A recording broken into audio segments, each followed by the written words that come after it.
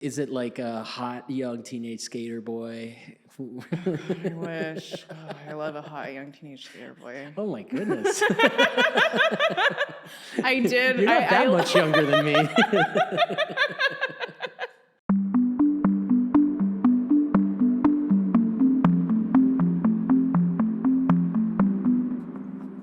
You're doing great. Thanks, Coach. Welcome to What's My Thesis? I'm your host, Javier Proenza. Every week, my guests and I share the answers we found to the questions we have. Join us as we explore and expand our worldview and ask what's my thesis. And today, my guest is Soyoung Shin. How are you doing? I'm great. I just got back from a hike. Oh, really? Yeah. I spent a lot of time actually looking at atlases and embracing my best teenage boy self. Okay, so did you grow up out here? I grew up in a suburb of Seattle called Federal Way, which is the worst name for a town. Why would you name a town that? How fucked up are the kids going to come out of that town if you name it Federal Way? Well, what do you mean by that? Just because they're all going to become government shills? Yeah. Work for the CIA and whatnot? Okay.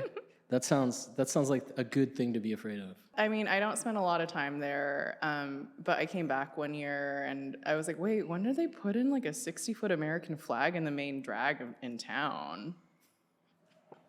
Wow. Maybe it's not 60 feet. It felt like it was 60 feet, though. Huge flags are also off-putting, especially our flag is so intense. It has so many triggering things about it.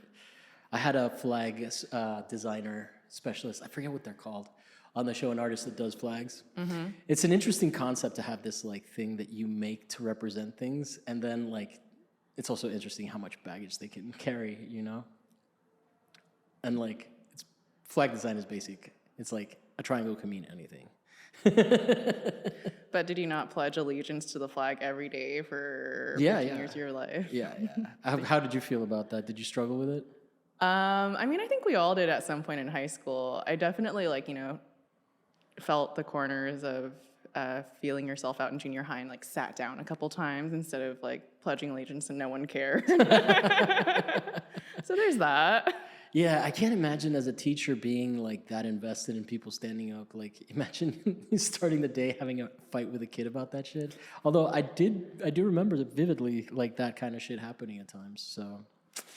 When you said, can you imagine, we all experienced that rebellion? I'm not so sure. I think there's probably a lot of people that are, pro-America to the fucking fullest, no? Definitely. The kids that want to pray in school probably weren't oh my God, I need to rebel against this. We did have, in my junior high, there would be a group of one teacher and a few students that would hold hands and pray around the flagpole in the mornings.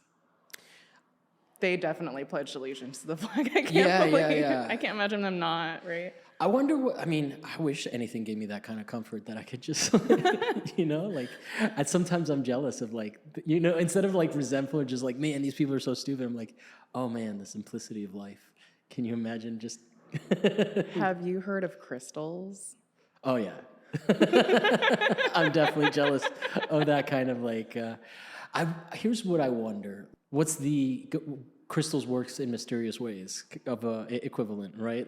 How do you rationalize but I did all my crystal shit, And my life still went wrong. Yeah. That's the one thing. I that's why I'm not super into theology or anything like that. What about you? Did you grow up with any particular religious? I grew up going to church, and for my time and place, that was pretty common, especially not all. I'm not gonna say all anymore today. Many Koreans of that time and place, So is that your background, Korean? Yeah. Okay. But I didn't ever believe in God. I kind of just did it because my mom made me go. That blows my mind, the reach of colonialism when you're in Asia, really? That shit has some reach. Well, and I asked my mom about it later because I was like, Mom, so you don't really go to church anymore. What was the deal? Why did we go to church? And she's like, oh, I wanted you to have community. And I was like, I didn't believe in God and I didn't really like going. She was like, oh, I'm so sorry. I didn't know. And then I talked to my sister about it and she was like, that bitch is lying. She wanted us to go to church. She made us go all the time. And I was like, both of these things can coexist. Wait, so your sister, how many siblings Just the one sister. And Just the one sister? Yeah, she lives in London. She's older, or She is 4 years older, yeah. who's the most competitive? Oh, You don't have to call out your sister if it's her. I could call my sister. I don't know that we were competitive. She really wanted to do well in school, so she worked really hard. But we didn't fight with each other or try to one-up each other, except for when I got to high school, I decided that I definitely needed to like drink and do drugs way earlier than she did in her life. So that's a certain kind of competition, but... Were you a bad kid? I tried to be. I really tried hard. I tried hard. What's the most like rebellious, like teenager safe for the internet and like not embarrassing story that you got? I mean, I went to raves in high school. That was the main thing, yeah. Did you do psychedelics and stuff? Not most of the time. But, okay, so the answer is yes? I didn't actually do psychedelics until I was older. Okay. Yeah, but mostly I just like to stay up late and go to parties and like hang out with people and feel cool. Feel cool. That definitely is how you feel at a rave. So what are you a millennial? Yeah. I'm trying to like, because I'm a late 90s raver. I'm a Jinkos. Right. I was a Candy Kid raver in 2004. 2004, okay. And that was like high school still for you or post high school? That was high school. You were in high school still in 2004. Okay. I was born in 88. 88. Oh my God. I know. I'm baby. You're baby raver. Baby raver. I know. And like totally, like I knew when I was there that I definitely already missed the era. You know, like crazy warehouse raves, and especially in Seattle, there's a lot of raves in the woods that people put on. I definitely missed the era. Yeah. Right. 90s were the time to be raving. Are there any like young adult novels like based in that era, in like the rave scene, or is that okay? Because I know you've said it off air that you've decided that YA novels are your topic. Yes. Is there a specific? I mean, YA covers so much. So like, can we figure out exactly what you're like? Hopeless, horny teenagers in love. Okay, so the setting doesn't matter to you? Okay, so lately I've been reading Jenny Han. I don't know if you know of her. No. She has this series. I don't know what the whole series is called, but the first book is To All the Boys I've Loved Before. I've heard of that title. Yeah, it became a Netflix series as well. Or 3 Netflix movies. Oh, I thought that it was like from the like a long time ago. Is this recent? Probably within the last 10 years. Okay. They talk about being on Instagram in the second book. because there's a song called, that's where that phrasing comes from. Okay. I see. Yeah, I was like, what the fuck? I've heard that before. But yeah, To All the Girls I've Ever Loved Before. So, all right, so is it like a hot young teenage skater boy? I wish. Oh, I love a hot young teenage skater boy. Oh my goodness. I did. You're not that much younger than me. Okay, so the general premise is there's this girl, Laura Jean. Okay. And she, from between ages like 12 to 16, wrote a love letter to every boy she'd ever loved. Okay. And went as far as to address it and stamp it, but kept it in a hat box. Is there significance to the hat box, or it's just a quirk? It's just a quirk. She just like never, but she, you know how it is that you're like, I'm gonna go as far as like to drive up to my ex's house with a boombox, but I'm not gonna actually like play the song with a thing over my head. Somehow, mysteriously, all these love letters get sent. Oh my goodness! Yeah, and then so there's some magical realism, or would that be supernaturalism? All reality. I mean, it's fiction, obviously, but all reality of just all the fallout of.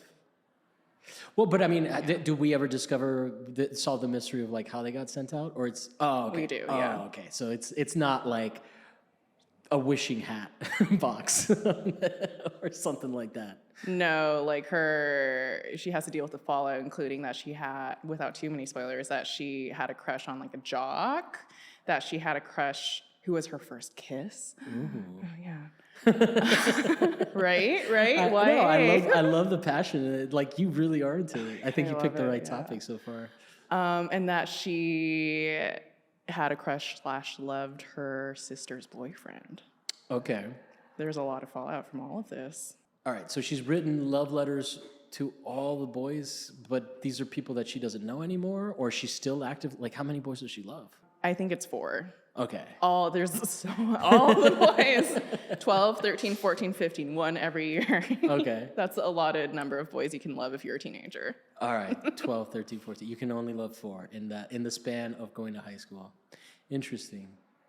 I'm thinking like the most like popular YA obviously are what's it called? Like the ones that got made into movies are Hunger Games, and the other one is the vampire one. Twilight, and also Harry Potter, Yeah. right? Is it Harry Potter's young kids too, right? I think Harry Potter is also... Does it get horny? I don't know. I feel like I had a lot of classmates that were horny for Harry Potter. Yeah, but I mean that doesn't mean like people were hot for Bieber. That doesn't mean he was like. People weren't really hot in Hunger Games. I feel I don't. What is YA? Great question. You probably would know how to answer that. I mean, between the two of us. I was just going for horny teenagers that can express their feelings in text that I can say like, oh, that's very sweet, but also I definitely haven't tapped into this since I was 16. So the dialogue is not like, they're not like verbose kids. No, although I think okay. So the way I fell into this YA hole was How long ago did it start? 4 years ago. So pre-pandemic. Pre-pandemic, I was reading fiction about. And it was good, and you were glad it was there during pandemic. I didn't actually read any YA during pandemic. I just read hard sci-fi during the pandemic. Okay, cool. So, have you read any Neil Stephenson? I actually have not, and I feel like I get that question. Because Snow Crash is pretty YA in some elements. I mean, I'm only gonna read it if there's horny teenagers in love. There's one horny teenager. Great. YT is her name. She's very horny. She has a anti-rape protection kit in her vagina, or inside of her that like pricks someone with a sedative. It's pretty cool. and she forgot that she had it in her, and she's like disappointed at his like staying power. It's like, I expect you to be able to have sex for longer. So anyway, that's a part of Snow Crash no one ever talks about. I'm definitely gonna read this now. Come on. It's so great. It's really great. But I only bring that up in reference to hard sci-fi. It's not quite YA. It's basically what the world is now. Like it predicted it, like the anarcho-capitalism. But anyway, we want to have fun, not talk about how shitty the world is. I mean, okay, so what got me through the pandemic was reading Cixin Liu's The Three-Body Problem, and it's a trilogy. Okay. Do you know about this one? No, but is it like on the foundation level where it's like, have there's all these like, sci-fi books don't ever come outside of trilogies sometimes. Yeah. Or the ones that boys really like Dune, Yeah. like where it's like, oh my God, you got to read it. But yeah, okay. So tell me about the book, Three-Body Problem. Yeah. So this podcast is now just a book recommendation engine. Well, no. I mean, we're definitely gonna go back to Horny teenagers. To horny teenagers, but I'm horny for sci-fi too. So great. I don't want to give too much away because I kind of feel like you just have to read it and don't listen to the audiobook, actually read it. The general premise of Three-Body Problem is that aliens make contact, a scientist receives a transmission because she sends something out into the universe that says like, hey, I'm so pissed off at the Earth. This is where it is. Come find us. And then shit. The alien writes back and is like, I got your message. Don't send another message. Do not send another message. And she's like, what? And so there's aliens from another planet that is doomed that are coming to Earth to basically who knows what, and there's a lot of sympathizers with the aliens because they've gotten a lot of support. Because they know how to IG. They know how to IG, yeah. They figured out how to make the scroll extra infinite, and so now we're just Wait, what? You can do that? I wish. I would just ruin the Earth. But it's a hard sci-fi book, which I've never actually read one before, because usually I'm like, I don't know, you guys are talking way too much about like how the science works. Yeah. This one actually does a good job of like being hard sci-fi, but actually tying it into how it would feel to like live in that universe. Yeah, so hard sci-fi can be tough. I still like. I don't know that. I don't think Stevenson technically qualifies as hard sci-fi, but it's also very heavily researched. So he wrote the Cryptonomicon. He wrote a bunch of nerdy stuff that anybody that clicked on the link for this podcast thinking it was going to be about horny teenagers is not going to want to hear about. So let's get back to the horny teenagers. Yeah, horny teenagers. So what? Okay, so then my point of reference, the Hunger Games. I did like the Maze Runner, the first one. That shit was good. But would you consider Hunger Games horny teenage? I just feel like it's like scarcity. How many guys does she have in the? She's got. All right, I mean maybe it's not. I always assumed it was because that's what people called it. Isn't that what people call it? Don't people say that that's a YA book? I think it's just because of the target. It might not be horny teenagers. Yeah. But tell me, like, when you're about to die and you got to kill everybody, like, wouldn't you be horny a little bit? Very, yes. It's like, one last time, please. Yeah. That would be an interesting Hunger Games where no one dies, but everybody's just trying to get laid. There's a multi-thousand-person orgy and the three-body problem, just so you know. I think I like aliens. I think they should come and populate this Earth. It's funny that I also didn't know that hard sci-fi was included like alien stuff, but because isn't like hard sci-fi just like really science, like nerdy science-based shit? Well, and this is, I mean, I think it does a good job of thinking through like what would it be like if we figure out a lot of things in physics and multi-dimension universes, and also if there were other life forms out there and how would we interact with them. Without giving too much away. Horny alien teenagers? There's a lot of horny alien teenagers that are making Spielberg-esque dramas with horny alien teenagers. Is there, not to get weird, but is there like a lot of step teen horny teenager YA fiction? Because there's certainly a lot of porn. Has that trend? Not that I watch porn, guys. No, no one in this room has ever watched porn. Not that guy, not this person. Not these cheeks. No, not these cheeks. I had to rotoscope those cheeks. Oh, wow. That must have been interesting. Yeah. You did a great job. Oh, thank you. It's like fuzzy. He had a hairy butt. I can't help it. All right. Anyway, let's get back on track. So YA. Should we just get the horny teens from next door to come in and tell us what their feelings are today? I know that's definitely on the release form that I have prepared for them, that it's going to be okay and their parents are going to be perfectly fine with it. I mean, haven't you ever felt like in love like a hopeless 16-year-old version of yourself? Have I? Mm-hmm. I try to regulate that. I try to like when I catch myself catching feelings like that, I'm like, I think there's a difference between genuine attachment to someone versus like infatuation. And I think that a lot of the teen horniness is infatuation, which is super hot. Don't get me wrong. You know, especially if they're step siblings. So we're not actually related. So I think that I just don't know how that became a thing, but it's like, okay, we could hire two teenagers and just have them be teens, but that's boring. You have to make it risky. Yeah, I just don't, the only time I ever looked at Pornhub, I'm just like, what the fuck are people into? It's pretty shocking.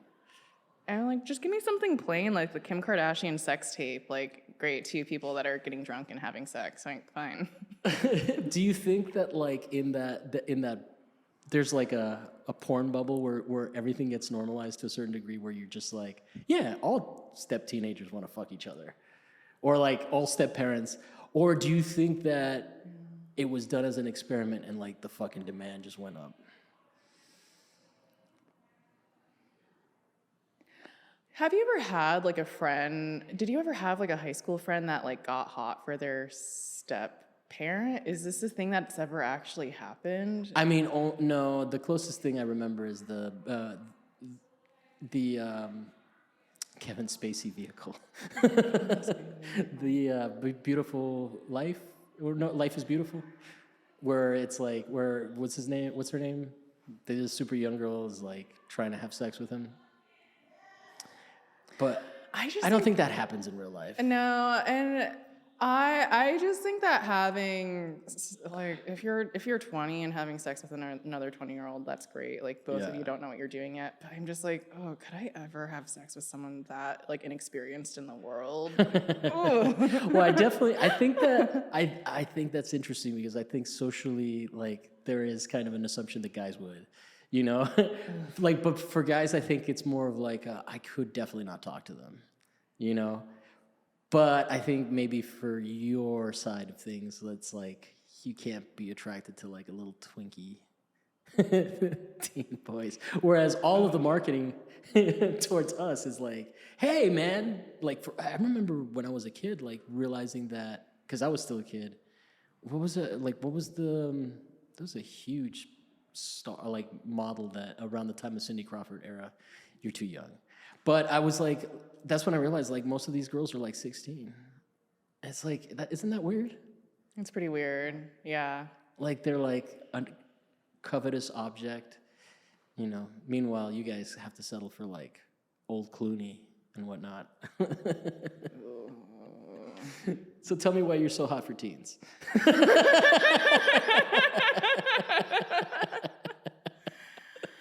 I was at the skate park the other day. Oh no! And no, it's a like I'm a mature individual now, and I know what my role is in the world, and it's fun to. All I ever want to do in life at this point is like bust teens for smoking weed in public places. This is my MO. Every time I have a chance, I do it, and I'm just like, "Are you guys smoking weed?" And they're like, "Oh, there's an adult," and I like walk away. It's great. It's so fun. But it's so mean. Well, also, I have the baggage of it having been illegal at some point. So it was illegal when I was younger. No, it was illegal but is it illegal when you're doing that? That would be real fucking cruel. If like you're like, and then so all of a sudden someone comes up and is like, "Hey, are you guys smoking weed?" You're like, "Oh no, we're going to jail." I don't know. Was it that bad when you were in Seattle? You lived in Federal Town, so Federal Way. Federal Way. That sounds like a fucking highway. It is. It was a highway. Oh, so it's named after a highway. It was named after a highway, and there are so many towns on this highway. Uh-huh. How many people? 87,000 the last time I checked. So it's not small. I actually literally just met someone at a different opening, and there was like a writing that I had that's about federal aid, and she was like, "Wait, are you Soyoung Shin?" And I was like, "Yeah." And she's like, "I'm from Federal Way too." And I was like, "Whoa, we got some stuff to talk about." Yeah. So then what did you talk about? All the meth, or what kind of, like, what is it? Is it a meth town? I'm sure it's a fentanyl town now, but Okay. It was a meth town back then because there's so many woods, you can easily just like cook in the woods and no one will find you. I had friends that cooked in the woods. Whoa. Sorry, Mom, I never did drugs. Well, definitely never did meth. I never did meth. Yeah. Well, other than what was mixed into the ecstasy that I was doing. Oh my goodness. Raves. I couldn't handle ecstasy. Really? I mean, I could handle it while I was on it, but the next day was just too rough. And I would just get depressed.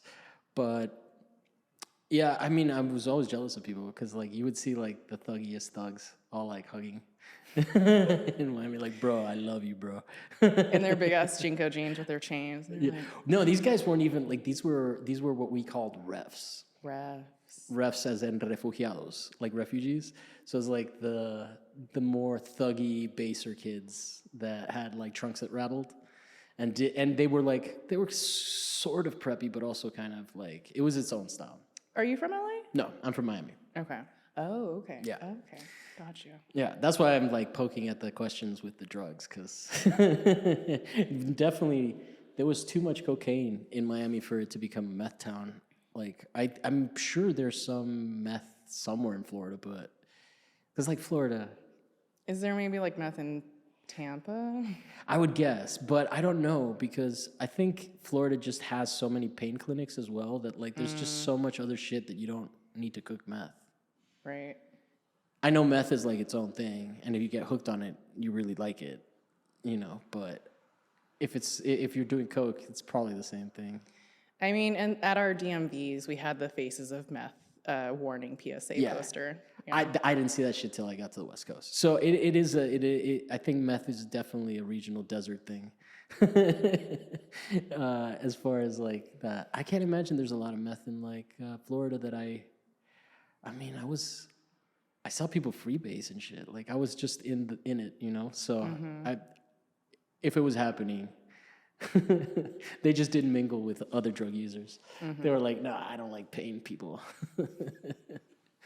So Federal Way and ecstasy. So we know you've done ecstasy. You've incriminated yourself on that. I'm a perfect angel. I've never done anything illegal. I definitely don't show my underwear ever. I'm perfect. I'm an angel. I'm a Christian. I went to church growing up. Are you a practicing Christian? No? No. Are you into like nun teen role play or non-teen role play? None. Well, I misgendered it. I should have been like priest teen action. Oh, father. Oh, daddy. Well, so there's this like funny thing about like, okay, people of my generation, especially like Korean American women, like from where I grew up, like a lot of us have never dated a Korean man because they remind us of like someone we went to church with, our dads or our brothers. So yeah, it's like priest, I'm like, that man. But it's weird getting older and like moving, you know, growing out of that. Because like I was at an opening the other night and I was like, oh, he's cute. And I was like, this isn't a feeling I've ever had towards someone of my own race. Really? Yeah, I get that. To me, it's weird that people are like Latinas because I'm like, my sister? The woman that showed me how to dance when I was 14. Yeah. I'm like, I don't know about that. Yeah, it's interesting. But okay, so then horny teens. I guess you're just trying to bring it back. Well, but I think that's the core of like why you like. I asked you what you like about YA. You didn't say like, oh, the writing style, the prose. No, the writing. Yeah, the writing's very simple. Like I listen to it a lot in the studio because you can dip out for 5 minutes and then like dip back in, and you didn't really miss anything. Like, oh, really? Yeah, because it's written for teenagers, right? Like, I don't know, you fall asleep and you miss a couple pages, but you didn't miss like, 18 scene changes like you do with other books. It's great. So what kind of themes are we dealing with in these books other than just horny teens? Like, are we doing abortions? Does it get that serious? The stuff I read Fast Times at Richmond High? No, it's all pretty lighthearted. It's just like, I love this boy, but I don't know if he likes me, so I'm gonna have my friend go ask. Like, oh, so you're just sidestepping all the baggage that comes with dating in real life, and you're going to the core of the fantasy of dating. Oh yeah. Okay, all right. So are you on Hinge and all those apps? Oh God, I'm just like way too busy at this point to be dating. Like I had been dating earlier this year, but Hinge is so much work. I don't know. I feel like I'm old feeling now, and like I get it, and I know how to play the game. This guy helped me figure out how to play the game. Okay. Yeah. But don't you feel like you meet somebody and you meet someone on Hinge, or this is how I feel. You don't have to validate it. You can disagree. Should we just fix each other's Hinge profiles today? No, don't do that. Don't look at my Hinge profile. I'm a few pounds lighter. It's pre-COVID. No, I find that you meet people and like you're it's like you're meeting a profile, right? Right. And then you kind of go back and forth, and it feels like there's so many steps before you actually get to vibing with someone for real. Whereas if you like meet someone at like say an opening, or you meet someone at like a bar or at someone's birthday party or some shit like that, or in real life, things that haven't happened in 2 years, like things that are just starting to happen again right now. I feel like that excitement can be a little bit more genuine of like vibing with someone because like you've already, like you haven't met their resume and then projected what you're hoping for on that resume, and then you meet them and you're like, oh, they suck. or has your dating life been amazing on Hinge? I mean, okay, I've only. Oh my god. Because I mean, you did start this conversation, this part of this conversation, by saying that you gave up on dating. So it doesn't sound like it was like amazing. No, I'm just busy. That's really all it is. Yeah. Like I pulled myself out of the pool because I realized it's not fair to anyone because I'm so perfect and amazing that they find me and then I just can't find time in my schedule to hang out with them. And then they're just disappointed. Because I'm perfect. Have we talked about this yet? Can we just like start the conversation of how I'm perfect and how everyone should just be like me? Is this based on like a Korean thing, or No, I'm or is just this the American perfect. side of you? This is the American side of me. The pura gringa. No, Hinge. Okay, I would say I was 2 for 3. I don't know. I feel I'm pretty good at putting a representation out there of myself that I think attracts the right people, and I feel like I'm pretty good at reading people's profiles. And in my strategies, I just don't put even match or put time and effort into someone that I don't think is interesting in the ways that I find people interesting. Yeah, but it's more about how people argue. Is that how you are? No, like, well, I'll be like, oh, they seem cool, but then you have your first argument and you're like, oh, you're like not nice. Oh, you're gaslighting me. You did say that, things like that. And I'm not saying this about a whole broad gender. I'm just saying about my matches. Your matches that all happen to be a certain gender. I haven't had that experience, I guess, but I also like haven't had any. You haven't gone long term? I haven't gone long term. Oh, okay. I'm not really looking for a long term right now either. Maybe that's part of it. Yeah. It's kind of hard to project that out. Like, be like, yo, I just want to hook up with you from a guy's standpoint. I think it's a little bit easier to just be like, hey, I'm here. And then, like, if that works out. But, like, if you're leading with, like, yo, do you find dudes like that? You're like, oh, wait, this guy just wants D, or just wants to give me the D. Yeah, and I'm like, my roommate matched with someone who in multiple profile photos was like shirtless and had a great body, and they were like, oh, yeah, that's what I want. And I was like, it's not that it's not what I want. I just think it's a red flag if someone shows that in their profile as like, no, yeah, right? Yeah. And so it's interesting. I don't know. It's a weird one because like, how do you suss the hookups that are like okay, so does it just come up naturally? You're like, yo, I'm just looking to hook up because they're not leading with it, or are you like, oh, this guy only wants to get laid? I think maybe that's not a question you want to answer publicly. No, I apologize. It's okay. I can explain how complicated a person I am because I'm perfect and everyone needs to follow my suit. No, I think the thing is like even if it's just like a hookup, like I really can't like spend time with someone unless I'm either like emotionally invested or find them really fascinating or like have common interests that we can go do. And like my ex, who I love dearly, like kind of put it this way. He's like, you don't do casual. So young, like you don't do casual. And I was like, yeah, I think you're right. Like if I go, like we're going down the rabbit hole together. So what's at the end of that rabbit hole? Shit. Lots of casual hookups that end quietly. That is less murderous than I anticipated. No, less murderous, more funny Alice in Wonderland fantasies. Like, hey, like let's just keep it casual. You want to go have like weird fun times together? Like, but wait, I'm not understanding though. You said you're saying both things. You're saying that your ex said you don't do casual. No, I don't. I don't do like I'm gonna hook up with you and disappear because that's not my vibe. It's like I don't hook up with people that I don't really already get along with, and so it's not gonna be awkward. You're not gonna end up being like, what the fuck did I do? No. Well, and it's funny. I was at a birthday party for my friend, and like it was a room full of gay males, and this one guy was like, yeah, I think it's easier as a gay man because like it's clear from the get-go. I mean, obviously not all gay men, but he's like, it's clear from the get-go if you're on Grindr or Scruff, like you want sex, and so. Yeah. And so you're clear about what you want and who you are and like what things that you like. But it really sucks because sometimes you're like 4 or 5 hookups in and you realize you don't want to spend time with this person. And I'm like, yeah, you got to go the other way around where you like tease around the corners and see if you actually want to even like wake up next to this person, and then you can decide to like fall into the rabbit hole together. So this is like a very interesting, because it's like you're it's a variation on a pickup artist that has like emotional attachment. It's like a less creepy. Welcome to my TED Talk about being a pickup artist with emotional attachment issues. So then what's the longest relationship? I mean, obviously this is a phase, it sounds like, because you told me that you dated someone for 2 years. Yeah, I dated him for 2. I dated the last person for 3. Okay. Yeah. I'm not like a champ of longevity in relationships. I'm not judging.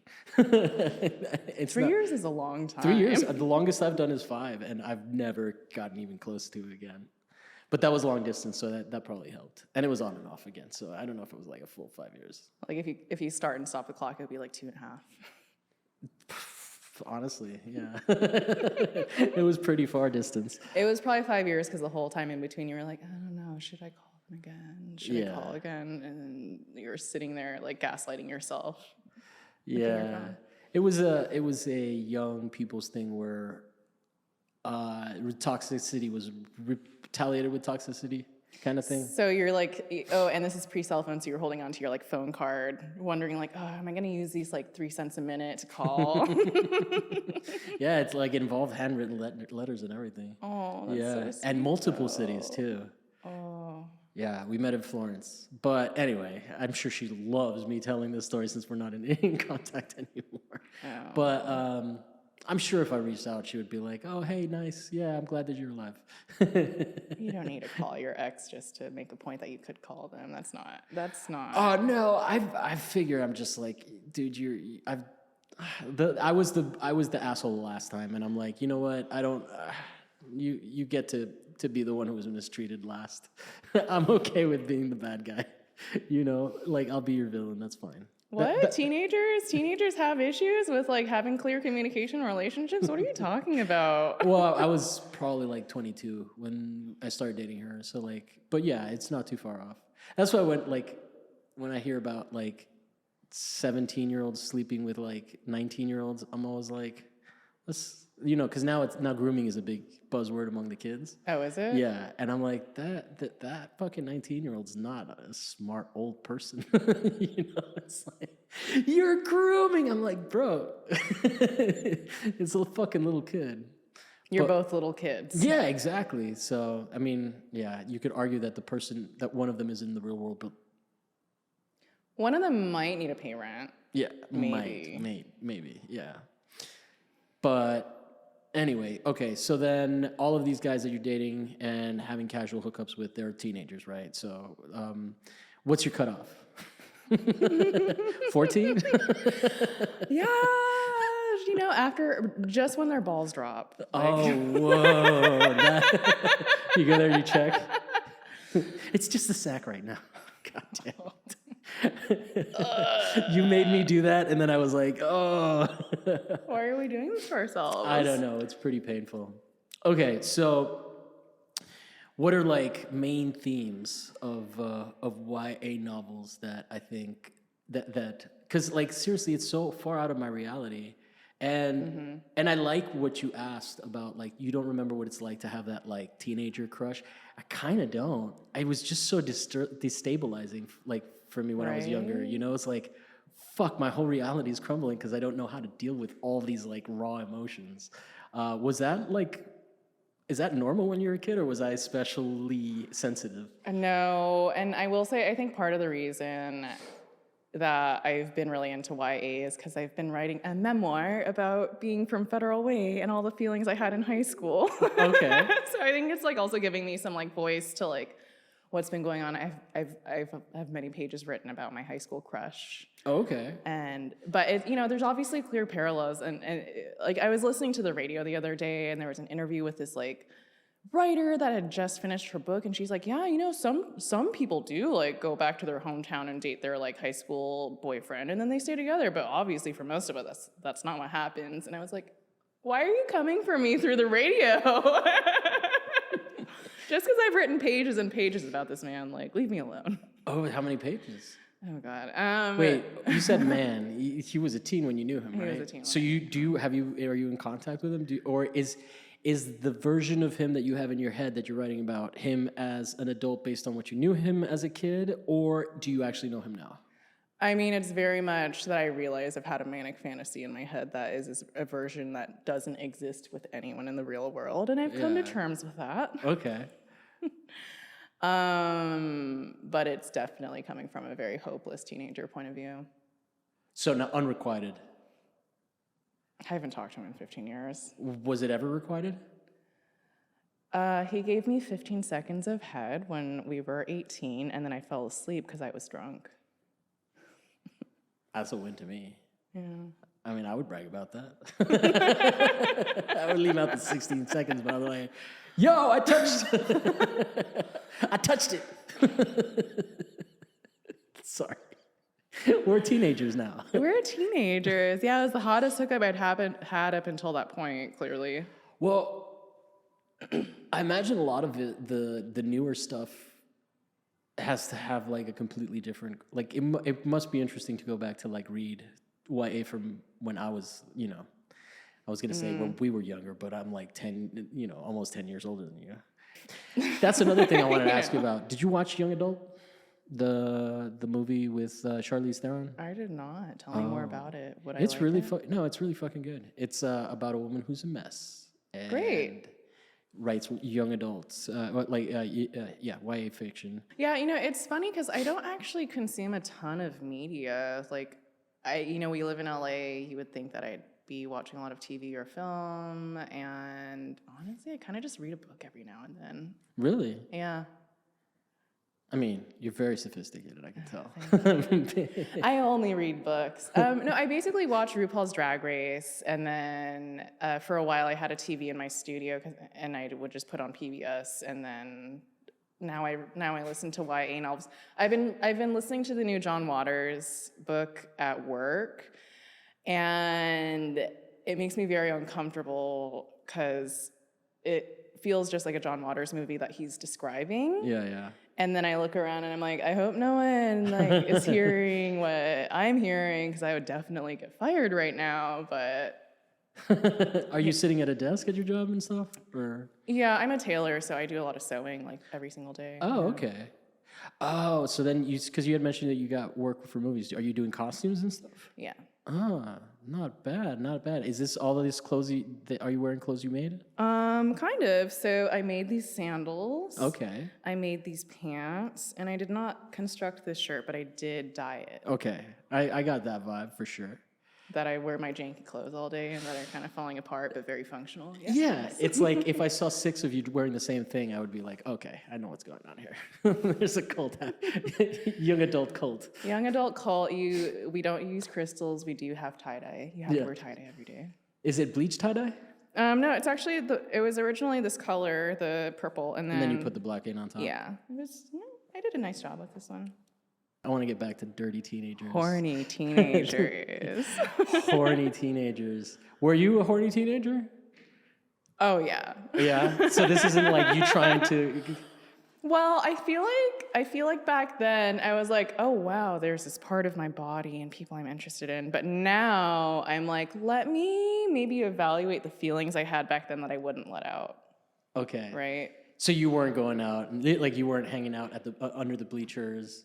I was not hanging out under the bleachers. The one time I got asked to go to the county fair, I got too embarrassed and just like ignored the phone calls of when this guy was coming to pick me up with his parents. I was very scared of vulnerability when I was like 14. Right? I think we're talking about the same thing. These feelings that were super intense. Yeah. When you're like, oh my God, I've lost control of all reality. And you don't have a parent that actually knows how to talk to you about it. Jeez. Okay, so that we do have in common. Yeah. Which one did you try to talk to? Oh God. The dad or the mom? I just didn't talk to either of them. I just pretended I didn't have feelings all through junior high and high school. Really? Oh yeah. So you didn't have a boyfriend? I had a boyfriend at the end of high school. He was terrible. In what way? Like just rude, or he was cheating on you? I don't even want to get into it. He was a very bad person. Okay. I'll just say that. And then I was like sleeping around also. In high school? Mm-hmm. I like it. I support it. I would also sometimes, like my mom wasn't home most nights, and so I would like sometimes drive over to boys' houses and pick them up, and we go park at like down the street and go make out, and I would drive them back. Nice. I was bad in high school. I was definitely like a chaos vortex. I've come to terms with this in my manic fantasies about my high school crush. Chaos vortex. A chaos vortex. That's an interesting visual. Yeah, I mean, we all are in high school. Like, you have all these strong feelings. You don't know what to do about them. Like, you're horny. Like a horny Tasmanian devil. So you like pull men in and you like spit them out fucked up. Yeah. Oh, so you're fucking with people's heads too in the process? Oh, yeah. Oh, what's the worst thing you did to somebody?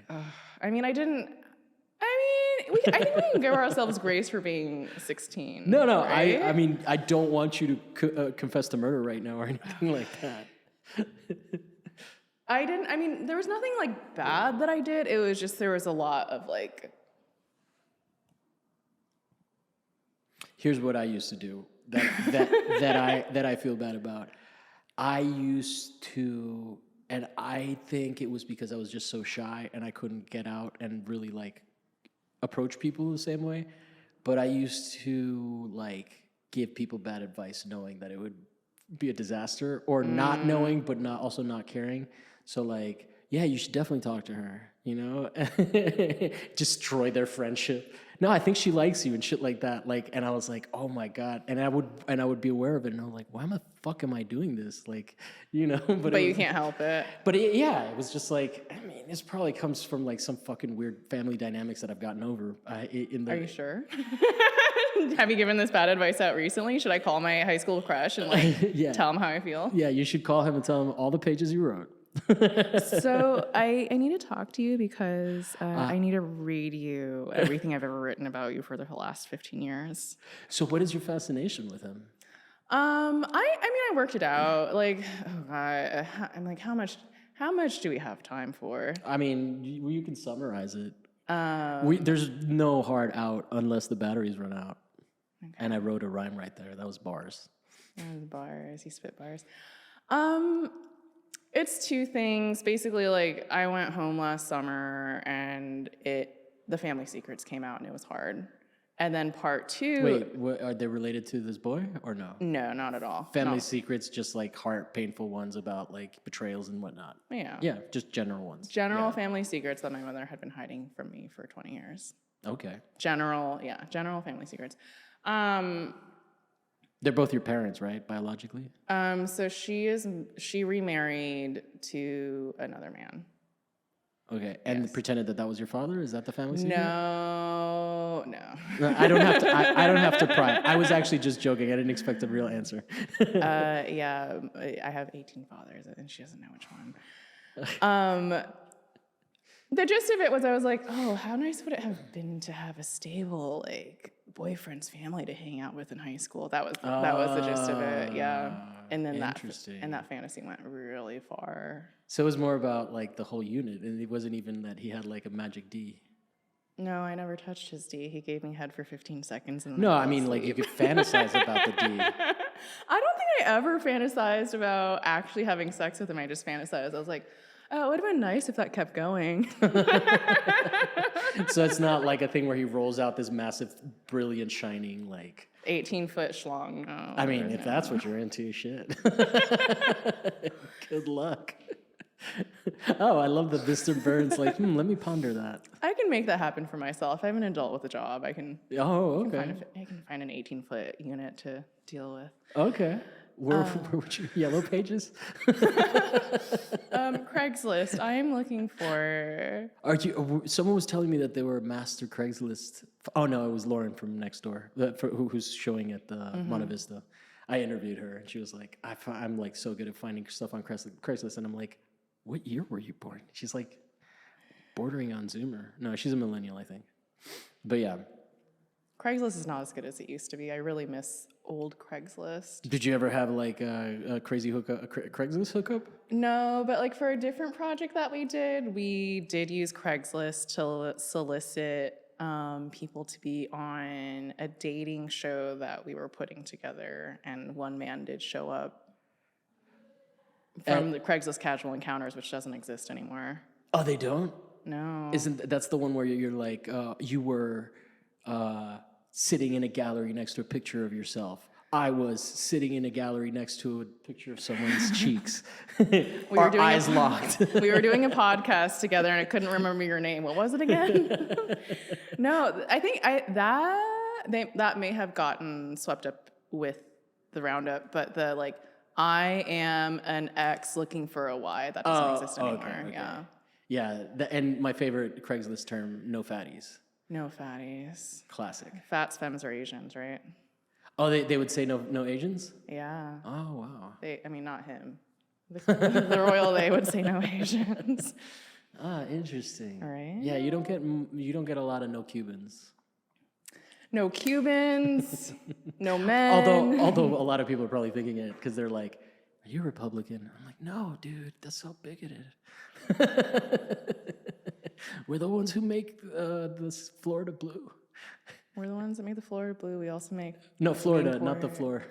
Florida, it's like without us, there's no swing state because it's just white people. But everyone's like, "Oh my God, you guys are all Republicans." But I thought it was like partially a thing that a lot of the Cubans that fled were the ones that had money. No, I mean there are definitely, but it's just Not weird all, general. yeah. It's like literally without Dade County, that shit goes red every time. Right. And so it's just a funny thing. A lot of queer people from California have that reaction to me when they find out I'm Cuban. They're like, "Oh, are you a Republican?" Because they're like worried that I'm like, bro, even the fucking Republicans there are not like homophobic. All their kids are gay. Yeah, it's Miami. Yeah, Leave me alone. Watch the shorts their sons wear. Yeah, Miami's an interesting place. Women wear shorts with high heels. I've always wanted to go to Miami. I have a few friends there, and I've always appreciated everyone that I knew that came out of Miami. Go for a week. You'll get bored. Really? Yeah. Okay. I mean, if you were like 20, go for 2 weeks and party every night and do a lot of coke, but like... Right. I don't do that. Yeah. Well, no, my friend was telling me that when he goes home, I was like, "What do you do?" And he's like, "Oh, we go to stripper boxing." And I was like, "What do you mean?" And he's like, "You eat chicken wings and there's strippers boxing." Yeah, or you go to... There's not a lot of fun stuff to do. Got it. Like, because if you just look at LA and the music scene here and you compare that to Miami's music scene, Miami has a very isolated music scene. So the music's really good, but no motherfuckers drive down to that tip of that peninsula for 8 hours. And when they do, we're very grateful. But yeah. You know, Seattle's the same in a weird way because, like, when bands tour, they're like, "Do we really want to do Idaho and Washington?" And they're like, "No, we're just going to go straight to Portland and bust down to get to, like, San Francisco, LA." Yeah, so it's one of those things. Also, they're scared of us because we're all Florida men down there. Florida man. Do you have any Florida man stories about yourself? Oh, my God. I'm so glad you asked. Yeah, I mean...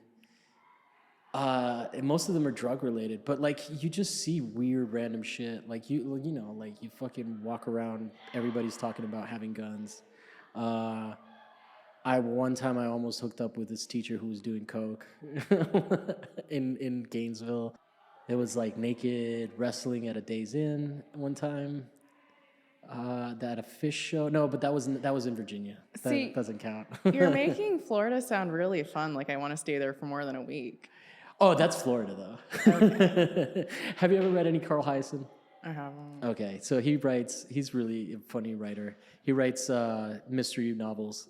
Like, he wrote Striptease. The movie was not as good as the book, apparently.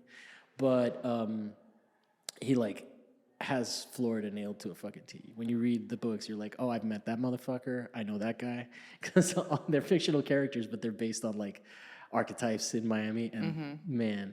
But I don't think I would recognize, like, the place. It's been, like, 11 years.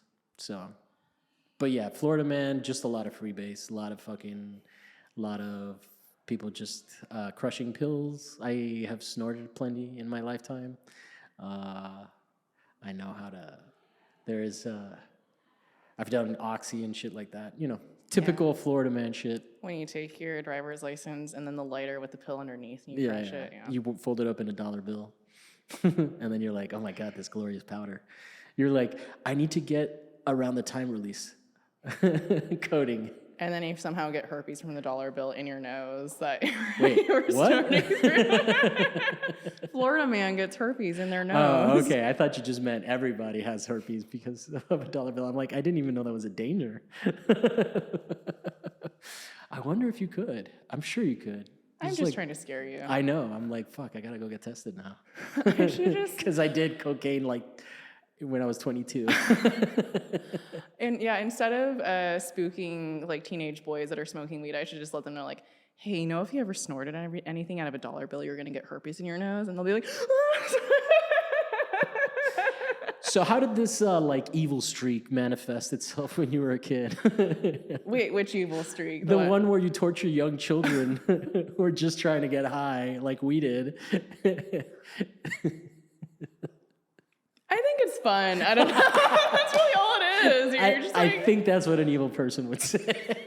Okay, in fairness, so the other day when I was at the skate park, I saw this teenager, and he was sitting on a car, clearly not his, clearly his friend's, and his friend was taking pictures of him, and I was just like, hey, you guys taking pictures? And he was like, yeah.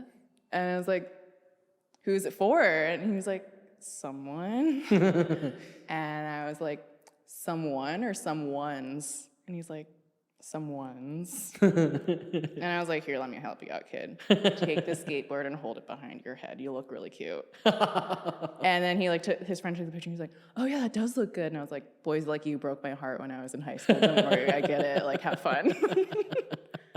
So you were into skater boys and ravers? How big were their pants? They weren't big. You were a candy raver. I was a candy kid raver, but people wore UFOs back then that were like lime green. Yeah, UFOs. That is the tail end. That's like that's the logical conclusion of Jinkos before you skinny jeans. Yeah, you go back. You're like you've reached the peak when you're like tying things to your calves so that it looks like they're shorts and they're all puffy. I love those things. I had them. You should just get. I have some. Jinko tried to make a comeback recently, or people. Yeah, they're people super expensive. Really? They're like, I mean, they used to be mall jeans. They were like, I know by the time you got into them, probably, or you got into the scene, they were expensive. I also wore Jinko jeans, or like knockoff Jinko jeans from Le Mans when I was in like 6th grade or whatever. No, yeah, it was hard to get away from. It was everything. I could house communities under my pants. The fucked up thing is, like, living in the Northwest, it's wet all the time. And so you were just picking it up. I did for Halloween, where Carl had the show on the roof. I don't know if you heard about that. I heard about it. Yeah. So for that, I dressed up like myself as 17-year-old raver me. And I got some pants from Delia's, which... oh my God, Delia's, that catalog, yeah, I know, iconic. Man. Oh, that was my YA porn. I was just like, oh my God. Who are all these hot girls with like cute skater bangs. Girls that don't exist and don't go to my school because there are no cute skater girls. There were none back then. No, that was like such a boy thing. But yeah, and sorry, what was I saying? You went to Delia's, you bought some pants. So then over here, like somebody had an accident where they like fainted and there was like urine on the floor. And I was trying to help out Emily and I was like, hey, blah, blah, blah. Because I was trying to return those pants. And I immediately, like, I just ended up standing right in the puddle. And I was like, of course, this is like Jinkos. You're going to find the puddle of piss and stand right in the middle of it. Like, Emily was like, oh my God, you're standing in it. I was like, oh, whatever. But yeah, I can relate with the wet hem of your pants. That's a much more tragic story than I was gonna tell, but I'm into it. Sure. So wait, sorry. What was your story? I thought you were just saying that your pants got wet. No, they just got wet. Oh, okay. I thought you were gonna end the story by saying like you took off your pants and mopped up the spill. No, I was so used to having the whole world on the edge of my pants that I was like, no, this is This is what's gonna happen with these pants. I'm not gonna return them. Well, I mean, I can't return them. You could try. I was like, okay, I guess I'm committed to these $60 pants. Why didn't you wear them today? Come on. I'll wear them. If you want to see me, I will do a little tap dance for you in them, or a little rave dance. I'll rave dance. Just give me some glow sticks. I couldn't find fucking glow sticks. But I went to this was funny. I went to the car, to an auto parts store, and I was like, hey, do you guys have glow sticks? And they were like, no. I was like, that's what the fucking glow sticks were for in the 90s. Like, that's where you bought them. But I guess you got to go to, like, costume shops and stuff. Party City. Party City, yeah, and they were all out. Doesn't even plan right. They were like, sorry, everyone's showing up to their parties as a 90s raver right now, so we don't have any glow sticks. There's a supply chain shortage of glow sticks because of COVID. Sorry, guys. Yeah, no, there literally was. Also, it was because it was Halloween, and I was late to the party. But anything else you want to talk about horny teenagers that we haven't covered? I mean, I will just always like go on ad nauseum about horny teenagers, but Yeah. so when I was younger, you know how I just told you that like I really tried hard not to have feelings in high school? Uh-huh. That also meant I didn't read Harry Potter because I was like, popular girls read Harry Potter. I think they fucking suck. Were you a goth kid or emo? I was goth on the inside. Oh, that's less fun, but I get it. Well, I was goth on the inside, and I want to see you with corpse paint. Oh, I should. I mean, I just didn't like the aesthetic. I was goth on the inside. I was a candy kid raver on the outside. I would wear like, oh my God, all the fucking bracelets I made when I was like 16 and going to raves, and all like the weird pacifier like chain necklaces. And I also like was sewing back then. So I was like, I'm going to make skirts and make cute outfits that have like fishnets that are neon green. And I'm going to put that over another thing. You know. Did you make the dress that you wore at the opening for this? I did, yeah. Okay. Because I feel like I had seen that on Instagram before. Okay, yeah. I mean, it could have been bought. Not that changes anything. I'm finally popular enough that Instagram wants to hack my account and like make a bot that's selling crypto. Really? Yeah? You think you've reached that level? No, I'm not. You should try harder. I mean, I'm goth. I'm very unpopular. No one likes me. Goth kids are popular. They just don't get along with the rocker kids. No, was there subdivisions like that where like there was a time where the jocks were gonna fight the goth kids, and I ended up joining the goth side. Oh yeah? Yeah. You were like, I want to beat the shit out of that football player. Yeah, I mean, I was just like, these are my friends, so or like they're the fucking alternative kids, so I'm gonna side with them, even though I was somewhat athletic. I wasn't like bad at sports, but I wasn't like that wasn't my main thing. I was like, I'm gonna play guitar, skate, and rave, bro. That's not funny. That was very serious. I took it very seriously. I used to wear polos with big old jinkos. So it's like I had a preppy kind of raver vibe. Yeah. Oh my God. So you're like living long hair down to here, undershaved, like the Tony Mayola. So you're like, if anyone had a question about like whose side you're on, you were like, all right, I need you to put your hand right here. Either no, they map could out tell the by top my or the mismatched bottom. clothes. They could tell by the fact that I was wearing a button down with a t-shirt over it. You're like, I'm different, guys. I was not the only one. That shit happened back in the day. Now I remember. Oh God, why did people wear two T-shirts? Why did people wear two shirts? Or the fucking bowling shirts that were popular, or like the gas station attendant shirts. This is all 8 years gap. No, I just think that like, okay, the thing I appreciate about the goth kids now is they figured out how to express themselves through fashion. Yeah. And there needs to be a class for like 12, 14, 16-year-olds that you're like, all right, who are you? And where can you shop and what do you pull? And can you just think about how you look and who you want to be in the world? Because like, oh God, I would have killed for that when I was that age. Did you ever experience that thing where like somebody has a certain style in high school and all of a sudden you see them change their style and it's like everybody's talking shit about them, but it was like really not that big of a deal? Like where like from one day to the next, they're just like preppy and then the next day they're like rocking jinkos and whatnot.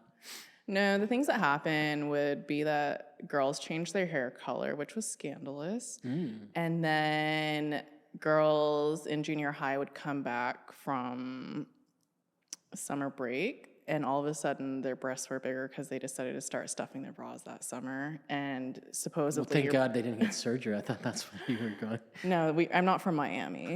No, I know. I'm like, oh yeah, I remember that shit.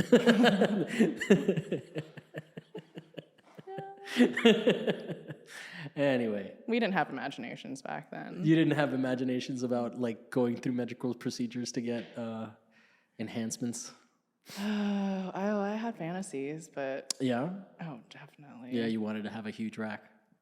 I mean, I just wanted boys to pay attention to me. I was goth. Leave me alone. It sounds like they were though. They were, and I had to kind of come to terms with that. That I was like, no one paid attention to me. I'm the victim. I've never had, and I was like, wait a minute. There's like all these, and I was like, I was probably average popular. I just didn't. Yeah. I was just, yeah. There's always room for more popularity. Yeah, I'm perfect. Everyone should pay attention to me. Do you pull this shit on boyfriends?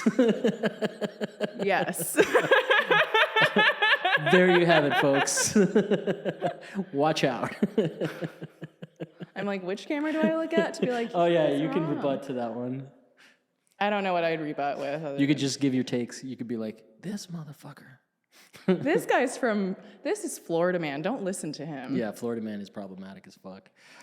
All right. Well, I feel like I have asked you enough inappropriate questions at this point. It doesn't usually go like this. I don't know if it's the teen thing. I mean, I opened with like, I like Horny teens. horny teens. Okay. I'm a big fan of horny teens. I was just worried I was doing something different, but I think the context. I'm just disgusting, and I shouldn't be let around a high school. This is really like all this is to say. Oh yeah, no, we're definitely gonna alert the authorities. Anything that you could promote? I will definitely be writing about my high school crush and elaborating ad nauseum about why he's great and why I'm a mess. Well, great. Thank you so much for coming on this show. Thank you guys so much for listening, and we'll check you out next week.